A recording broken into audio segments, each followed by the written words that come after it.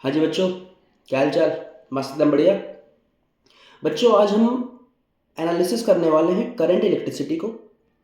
Current electricity से हर साल 4 से 5 क्वेश्चन आते ही आते हैं।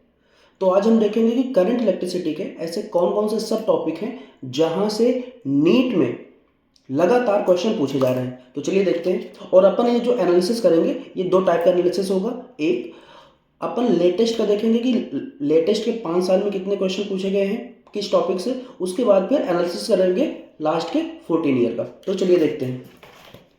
सबसे पहले अपन देखते हैं नीट 24 में कितने क्वेश्चन आए थे करंट इलेक्ट्रिसिटी चैप्टर से। तो भैया 4 क्वेश्चन आए थे इस चैप्टर से, जिसमें से सबसे ज़्यादा क्वेश्चन आपके पूछे गए थे कम्बिनेशन ऑफ रेजिस्टेंस। ठीक है, उसके बाद फिर सेल से पूछा गया था, पावर से पूछा गया था और व्हीट स्टोन ब्रिज से क्वेश्चन आया था। इन 4 टॉपिक से 4 क्वेश्चन आपके नीट 24 में आए थे। इसके बाद नीट 23 में 5 क्वेश्चन आए थे, जिसमें से पहला क्वेश्चन आपका था वेरिएशन ऑफ रेजिस्टेंस, यानी ओम्स लॉ से रिलेटेड क्वेश्चन आया था। ठीक है, और इसका जो डिपेंडेंसी है, किस पे डिपेंड करता है किस पे डिपेंड नहीं करता है, यहाँ से क्वेश्चन बना था। उसके बाद केवीएल रूल था, किरचॉफ वोल्टेज रूल। ठीक है, इसमें से 2 क्वेश्चन आए थे।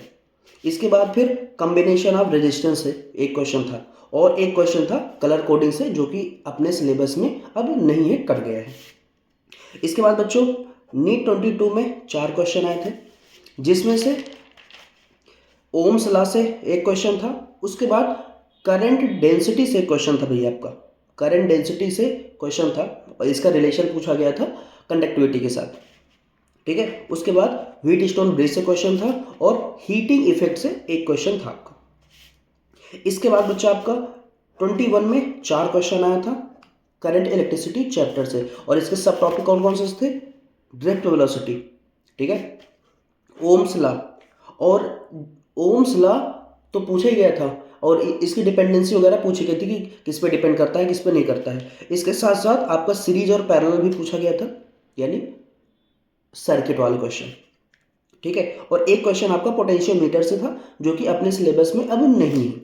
ठीक है, और नीट 20 में 5 क्वेश्चन इस चैप्टर से थे, जिसमें से आपका ड्रिफ्ट वेलोसिटी से था, वेरिएशन ऑफ आर यानी रेजिस्टेंस क्वेश्चन था, इसमें डिपेंडेंसी पूछी गई थी, यानी हमको ओम्स लॉ अच्छे से कंप्लीट करना है, किस पे डिपेंड करता है किस पे नहीं करता है, आर इक्वल वी अपन आई वाला जो फार्मूला है ना, पूरा अच्छे से तैयार करना है। इसके बाद मीटर ब्रिज से क्वेश्चन था और कलर कोडिंग से क्वेश्चन बना था नीट 2020 में। कलर कोडिंग अपने सिलेबस में नहीं है, पोटेंशियल मीटर अपने सिलेबस में नहीं है, तो इसको अपन को एक बार पढ़ लेना है, ऐसा नहीं कि छोड़ना है, पढ़ लेना है, लेकिन ये अपने सिलेबस में नहीं है। अब बच्चा अगर हम ये जो 5 साल का एनालिसिस किए हैं, इसमें से अगर हम अभी पूरा की वो एनालिसिस कर लिए हैं, लेकिन अगर हम देखें तो जो सर्किट वाले क्वेश्चन है भैया, सर्किट टाइप वाले क्वेश्चन, इसको तो अच्छे से अपने एनसीईआरटी में जो एग्जाम्पल दिए गए हैं, सॉल्व एग्जाम्पल अनसॉल्व एग्जाम्पल, इसको तो एकदम तगड़े लेवल पे कंप्लीट करना है। इसके बाद ओम्स लॉ जो है आपका आर इक्वल वी अपान आई, इसको अच्छे से कंप्लीट करना है आपको। ठीक है, और ये जो आपका ओम्स लॉ है ये आपको एनसीईआरटी के पेज नंबर 95 पे मिल जाएगा। यहाँ पे फार्मूला आपको दिया गया है। ठीक है, और इसी में डिपेंडेंसी वगैरह का भी कॉन्सेप्ट दिया गया है, तो इसको भी अच्छे से आपको कंप्लीट करना है। ठीक, इसके बाद इसी में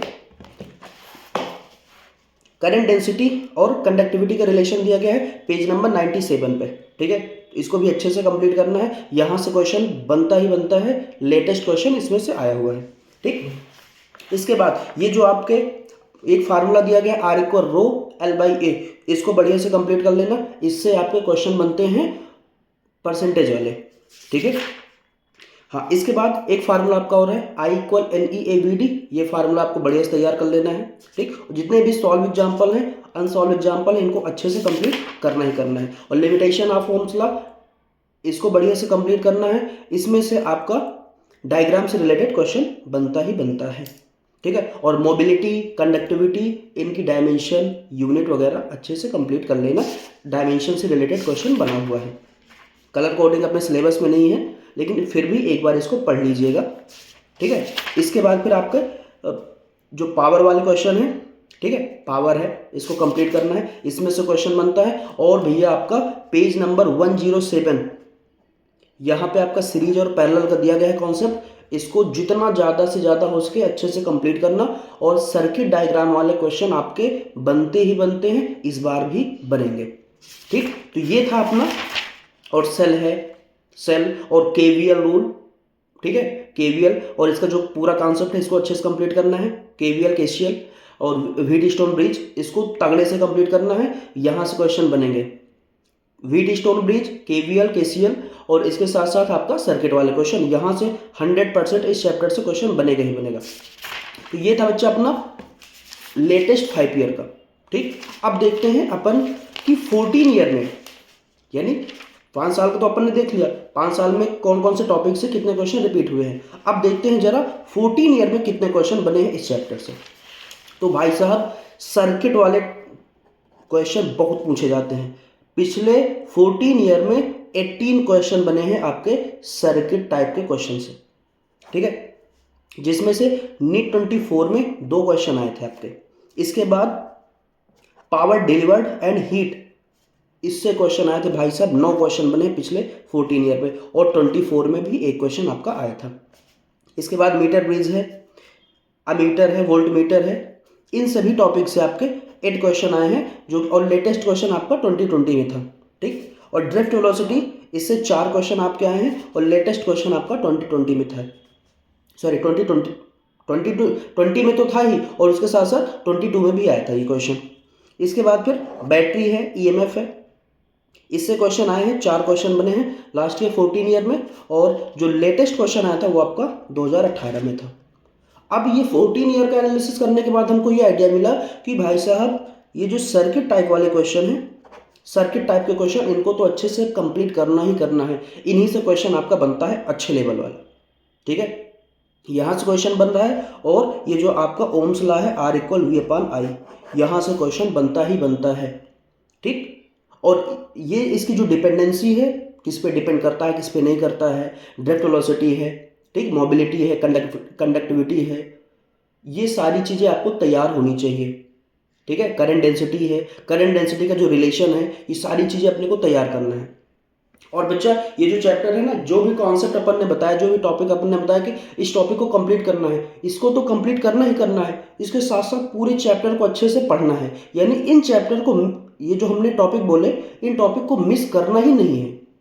ठीक, इसके साथ साथ पूरे सॉल्व एग्जाम्पल, पूरे अनसॉल्व एग्जाम्पल, और इसके साथ साथ ये जो आपका लास्ट पेज पे, और हाँ किरचॉफ लॉ को भूलना ही नहीं भैया, किरचॉफ लॉ भूलना मत, इसको कंप्लीट करना है। इसके साथ साथ आपके बच्चे जो ये लास्ट में समरी दी गई है, समरी को अच्छे से कंप्लीट कर लेना, एक एक लाइन इसको अच्छे से पढ़ लेना। और एनसीईआरटी की जो लेटेस्ट वाली वर्जन है आपके पास, वो होनी चाहिए, क्योंकि मॉडर्न फिजिक्स से लास्ट ईयर एक क्वेश्चन आया था एटम वाला, वहाँ पे ओल्ड एनसीईआरटी में कुछ और दिया गया था डाटा, और न्यू में कुछ और दिया गया था, तो एनटीए ने न्यू वाले को ही कंसिडर किया था। ठीक है, समरी को अच्छे से कंप्लीट करना, ठीक है, पूरा चैप्टर 2 से 3 दिन में ख़त्म कर देना। ठीक, अब ये बताना बच्चे आपको कि अगले कौन से चैप्टर का आपको डिटेल एनालिसिस चाहिए। और बच्चे जितना हो सके भाई का सपोर्ट करो, ठीक है, चैनल को लाइक करो, सब्सक्राइब करो और शेयर भी करो, ठीक है। और जो अपने बच्चे हैं नीट या जेईई की तैयारी कर रहे हैं, 26 उनका टारगेट है बेटा, बहुत जल्द आपके लिए बैच स्टार्ट होने वाला है अपने यूट्यूब चैनल पर, concept of physics by Shivam Pandey, इस पे आपकी बहुत जल्द स्टार्ट होगी। ओके बच्चा, बेस्ट ऑफ लक।